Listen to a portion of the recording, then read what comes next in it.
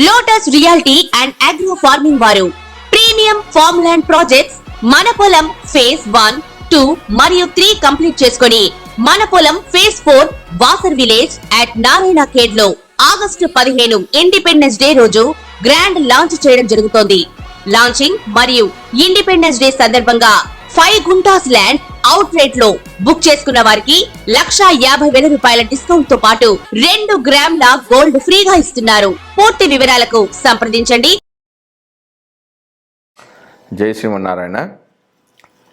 జ్ఞానానందమయం దేవం నిర్మలా స్ఫటికాకృతం ఆధారం సర్వవిద్యానాం హయగ్రీవ ఉపాస్మే. ఆపదాపహర్తారం ధాతారం సర్వసంపదాం లోకాభిరామం శ్రీరామం భూయో భూయో నమామ్యం. ఆదిత్యాయ సోమాయ మంగళాయ బుధాయ చ గురుశుక్రశనిభ్యశ్చ రాహవే కేతవే నమః. మనం ఇప్పుడు ఈ వీడియోలో జనవరి 1, 2025 నుంచి డిసెంబర్ 31, 2025 వరకు సంవత్సర ఫలితాలు తెలుసుకుందాం. అందులో ముఖ్యమైన 4 గ్రహాలు. అవి ఏంటంటే గురుగ్రహము, శనిగ్రహము, రాహుగ్రహం, కేతుగ్రహం. ఈ 4 గురించి మాత్రమే చెప్పడానికి మనకు వీలు ఉంటుంది. అంటే మిగతా గ్రహాలు అంటే రవి, బుధ, శుక్ర, కుజ గ్రహాలు ఇవి మారుతూ ఉంటాయి. కొన్ని 30 రోజులు, కొన్ని 45 రోజులు. ముఖ్యంగా శని ఒక రాశిలో 2.5 సంవత్సరాలు ఉంటాడు. గురువు సంవత్సరం, రాహు కేతువులు సంవత్సరంన్నర ఎప్పుడు కూడా అవి వక్రగతిలో సంచరిస్తూ ఉంటాయి. మానవ జీవితంలో ఈ 4 గ్రహాలు అంటే గురువు, శని, రాహు, కేతువులు ప్రధాన పాత్ర వహిస్తాయి. ముందుగా మనం సంవత్సర గోచార ఫలితాలంటే ఏమిటి అనేది ప్రతి సంవత్సరము ఉగాది సందర్భంలో చేసే పంచాంగ శ్రవణంలో భాగంగా సంవత్సర గోచారాన్ని తెలియజేస్తారు. సాధారణంగా కూడా జరుగుతున్న సంవత్సరంలో తమకు సంబంధించిన శుభాశుభాలను తెలుసుకోవడం కూడా సంవత్సర గోచార ఫలితమే. ఈ విధానంలో ముఖ్యంగా ఆ సంవత్సరం శని, గురువు, రాహు, కేతువుల సంచారం ప్రధానంగా గమనిస్తారు. శని సంచరించే రాశి తమకు అనుకూలమా ప్రతికూలమా అని చూసుకోవడం అనేది ఉంటుంది. ఈ క్రమంలో తమ జన్మరాశికి శని 12, 1, 2 రాశిలో సంచరిస్తుంటే దాన్ని ఏల్నాటి శని అని, 4వ స్థాన సంచారం అర్ధాష్టమ శని అని, 8వ రాశిలో సంచారాన్ని అర్ధాష్టమ శని అనే పేరుతో తెలుపుతారు. ఈ కాలాల్లో అంటే 12లో ఉంటే విశ్రాంతి లేకపోవడం, 1లో ఉంటే శరీరమైన ఇబ్బందులు, 2లో ఉంటే ఆర్థిక ఇబ్బందులు, కుటుంబ కలహాలు, 4వ స్థానంలో ఉంటే సౌఖ్యం లేకపోవడం, 8వ స్థానంలో ఉంటే ఆకస్మిక నష్టాలు, అనారోగ్యాలు తెలియజేయబడతాయి. శని యొక్క దృష్టిని కూడా పరిశీలించడం సాంప్రదాయం. శని తానున్న రాశి నుంచి 3, 7, 10 స్థానాలు చూస్తూ ఉంటాడు. ఆ రాశిలో తమ జన్మరాశి ఉన్నప్పటికీ జాగ్రత్తలు తీసుకోవడం అవసరంగా సూచిస్తారంటే ఈ 3, 7, 10 స్థానాల దృష్టి ఏ రాశిపై అయితే పడుతుందో ఆ స్థానాల్లో కొంచెం జాగ్రత్తగా ఉండాలని శని సూచిస్తాడు. అంతేకాకుండా శని సంచరిస్తున్న రాశి తన దృష్టి ఉన్నటువంటి రాశులను తమ జన్మరాశి నుంచి ఏ భావాలు అవుతాయో ఆ భావాల విషయంలో జాగ్రత్తలు తీసుకోవడం కూడా గోచారంలో భాగమే. శని ఒక్కొక్క రాశిలోనూ 2.5 సంవత్సరాల సంచారం వల్ల ఈ గ్రహ ఫలితాలను అధికంగా గమనించడం సాంప్రదాయంలో ఉంది. సంవత్సర గోచార ఫలితాల అధ్యయనంలో శని ఫలితం చాలా కీలకమైనదని చెప్పవచ్చు. గురుగ్రహ సంచారాన్ని కూడా సంవత్సర గోచారంలో భాగంగా పరిశీలిస్తారు. గురువు తానున్న రాశి నుంచి 5, 7, 9 రాశులను చూడడం వల్ల ఆయా రాశుల వారికి అనుకూలతను తెలియజేయడం జరుగుతుంది.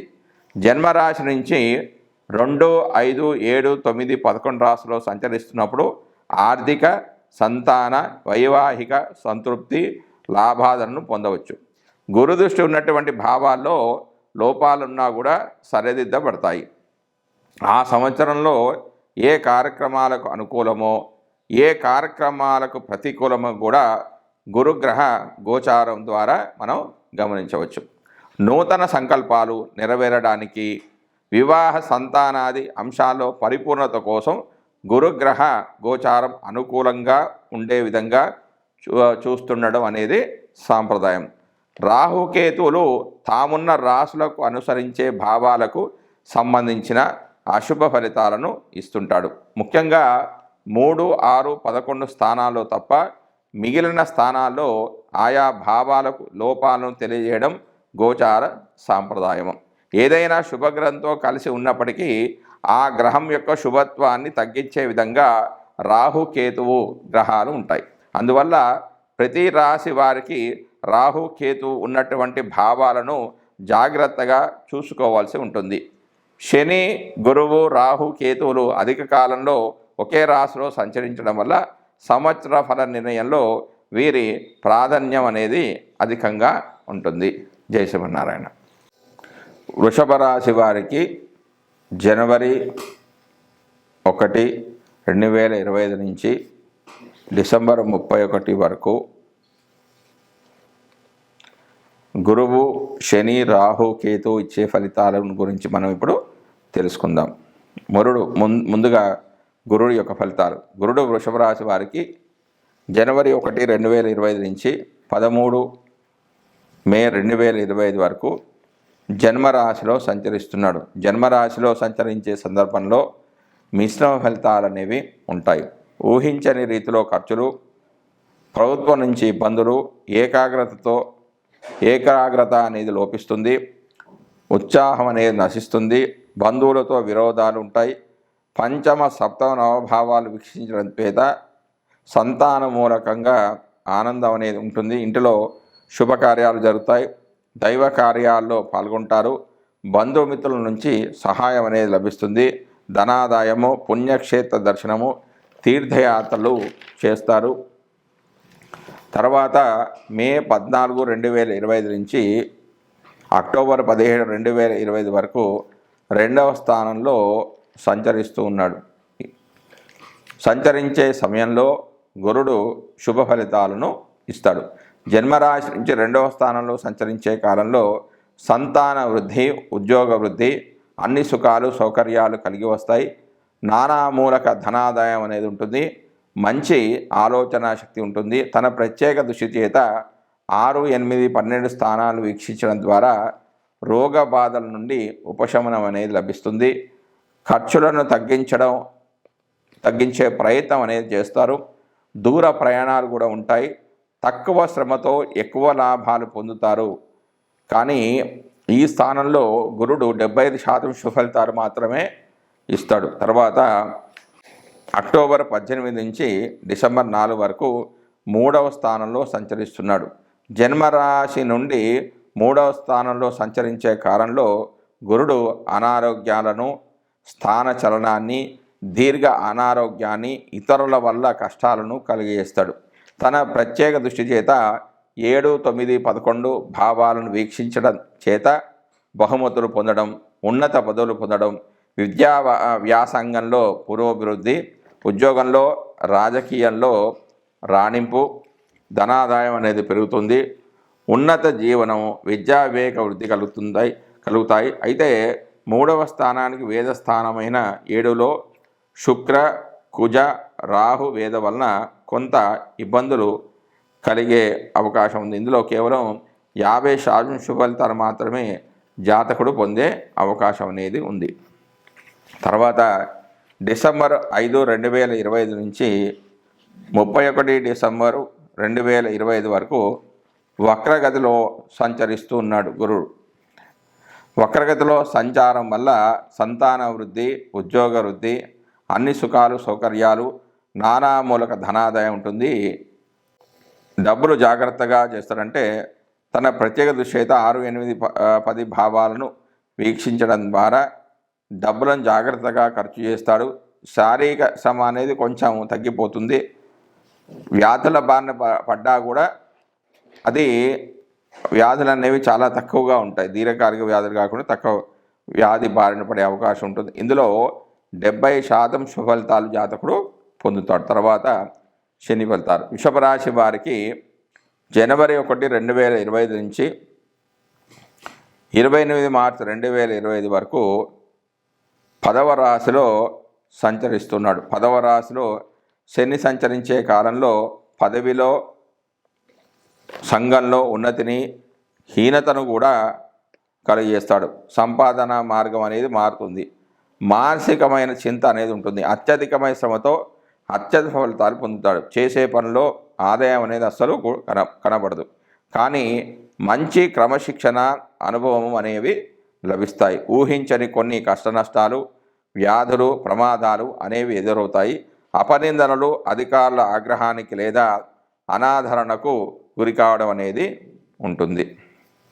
తర్వాత మార్చి 29, 2025 నుంచి డిసెంబర్ 31, 2025 వరకు వృషభ రాశి వారికి లాభస్థానంలో శని సంచరిస్తున్నాడు. అంటే ఏ గ్రహమైనా 11వ స్థానంలో సంచరిస్తే శుభ ఫలితాలని ఇవ్వడం అనేది జరుగుతూ ఉంటుంది.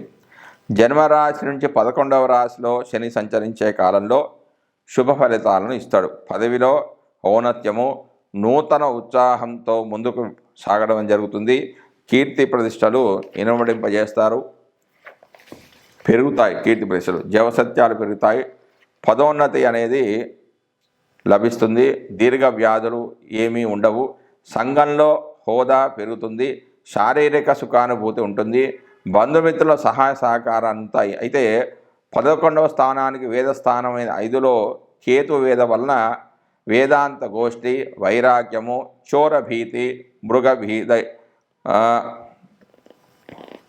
జ్వరపీడ, ఔషధ సేవనం వంటి శుభ ఫలితాలు కూడా కలుగుతాయి. ఇందులో 20% శుభ ఫలితాలు మాత్రమే జరుగుతాయి. ఎందుకంటే ఈ స్థానంలో శని సువర్ణమూర్తిగా ఉన్నాడు కాబట్టి. తర్వాత రాహు యొక్క ఫలితాలు. వృషభ రాశి వారికి రాహు జనవరి 1, 2025 నుంచి 17 మే 2025కు 11వ రాశిలో రాహు సంచరిస్తున్నాడు. రాహు 11వ స్థానంలో అధికమైన లాభాలను ఇస్తాడు. పశులాభం, ధనలాభం, నూతన వస్తు ప్రాప్తి, ఆహార సౌఖ్యము, పరిమళ ద్రవ్యాలు వంటి అనుకూల ఫలితాలు ఉంటాయి. రాహు తన సప్తమ దృష్టి చేత 5వ స్థానాన్ని వీక్షించడం ద్వారా సంతాన సౌఖ్య లోపము, మనశ్శాంతికి భంగం వంటి వ్యతిరేక ఫలితాలు ఉంటాయి. 20% శుభ ఫలితాలు జాతకుడు పొందుతాడు. ఈ రాశిలో సువర్ణమూర్తిగా రాహు ఉంటున్నాడు కాబట్టి. తర్వాత మే 18, 2025 నుంచి 31 డిసెంబర్ 2020 వరకు 10వ రాశిలో సంచారం చేస్తూ ఉన్నాడు. శుభ ఫలితాలనే ఇస్తాడు. అవి ఈ విధంగా ఉన్నాయి. శరీర సౌఖ్యము, భోజన సౌఖ్యము, సంతోషము, కష్టాలు తొలగిపోవడం, కర్మసిద్ధి బలంగా ఉండడం వంటివి జరిగే అవకాశాలు ఉన్నాయి. కొద్దిగా అనవసరమైన ప్రయాణాలు, స్త్రీలతో కలహాలు లాంటివి కూడా ఉండే అవకాశం ఉంది. వృషభ రాశి వారికి కేతువు ఇచ్చే ఫలితాలు ఏ విధంగా ఉన్నాయంటే, వృషభ రాశి వారి కేతువు జనవరి 1, 2025 నుంచి 17 మే 2025 వరకు 5వ స్థానంలో సంచరిస్తూ ఉన్నాడు.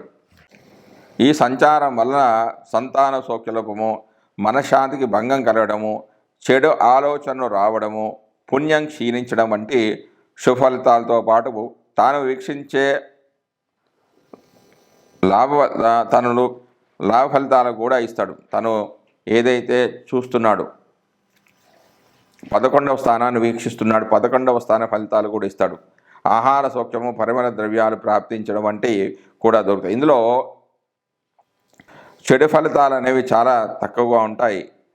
ఈ రాశిలో కేతువు రజితమూర్తిగా ఉన్నాడు కాబట్టి. తర్వాత 18 మే 2025 నుంచి 31 డిసెంబర్ 2025 వరకు 4వ స్థానంలో సంచరిస్తున్నాడు. 4వ స్థానంలో సంచారం వల్ల బుద్ధిబల లోపము, అనవసరమైన ప్రయాణాలు చేయడం వంటివి జరుగుతాయి. తన సప్తమ దృష్టి చేత దశమ భావాన్ని వీక్షించడం చేత కొద్దిపాటి సంతోషం, కష్టించి పనులను పూర్తి చేసుకుంటాడు వంటివి జరిగే అవకాశం ఉంది. ఇందులో 100% చెడు ఫలితాలు అనేవి జరిగే అవకాశం అనేది ఉంది. జై శ్రీమన్నారాయణ.